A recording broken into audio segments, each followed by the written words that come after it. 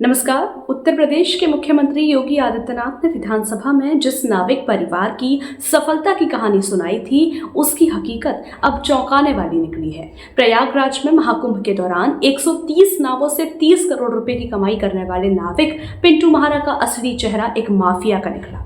पिंटू सिर्फ नाविक ही नहीं, बल्कि हत्या, रंगदारी और गैंगस्टर एक्ट जैसे गंभीर मामलों में आरोपी भी हैं। योगी आदित्यनाथ ने विधानसभा में इस नाविक परिवार की सफलता का जिक्र किया, लेकिन बाद में खुलासा हुआ कि यह परिवार नाव चलाने से ज्यादा रंगदारी वसूलने और अपराध करने में लगा था। समाजवादी पार्टी इसमें ज्यादा चर्चा कर रही थी कि नाविकों का शोषण हो रहा है, नाविकों को देखभाल नहीं की जा रही है। मैं एक नाविक परिवार की एक सक्सेस स्टोरी यहां पे बता रहा हूं।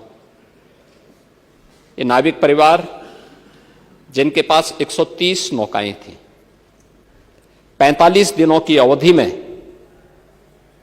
इन लोगों ने शुद्ध बचत की है 30 करोड़ रुपए की। यानी एक नाव ने 45 दिनों में 23 लाख रुपए की बचत की है, कमाई की है। प्रतिदिन की अगर आप उनकी बचत देखेंगे तो यह लगभग 50 से लेके 52,000 पर डे की उनकी इनकम थी एक नाव की। और इसमें मैं तो गया था 27 फरवरी को प्रयागराज में, और प्रयागराज में जाकर के हम लोगों ने, मैंने पहले मां गंगा के प्रति कृतज्ञता ज्ञापित की थी अपने सहयोगियों के साथ में। मां गंगा का पूजन किया था, सफाई भी की थी। इसके उपरांत हम लोगों ने इस पूरे महाकुंभ के आयोजन को स्वच्छ बनाए रखने में जिन्होंने योगदान दिया था, उन स्वच्छता कर्मियों के साथ भी, और जिन्होंने स्वास्थ्य की सेवा, कोई संक्रमण और कोई बीमारी नहीं फैलने दी, ऐसे स्वास्थ्य कर्मियों के साथ में, जो हेल्थ वॉरियर्स थे, उनके साथ में हम लोगों ने पहला आयोजन किया था, उनका सम्मान का कार्यक्रम किया था। इस आयोजन के बाद हमारा दूसरा जो आयोजन था वह नाविकों के साथ ही था। नाविकों के साथ भी हमने संवाद बनाया था, उनके लिए भी हमने एक पैकेज की घोषणा की। इसके उपरांत हमने परिवहन निगम से जुड़े हुए उन लोगों के प्रति और रेलवे के उन सभी अधिकारियों और कर्मचारियों के प्रति भी हम लोगों ने धन्यवाद ज्ञापित किया था, जिन्होंने श्रद्धालु जनों को वहां तक पहुंचाने में अपना योगदान दिया।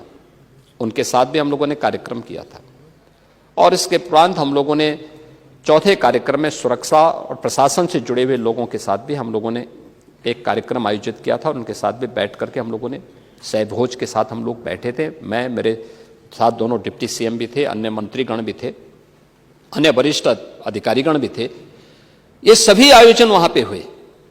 पिंटू महारा के खिलाफ हत्या के प्रयास, रंगदारी और अवैध वसूली समेत 21 केस दर्ज हैं। 2010 और 2016 में उसके खिलाफ गैंगस्टर एक्ट, जबकि 2013 और 2015 में गुंडा एक्ट के तहत मुकदमे दर्ज हुए।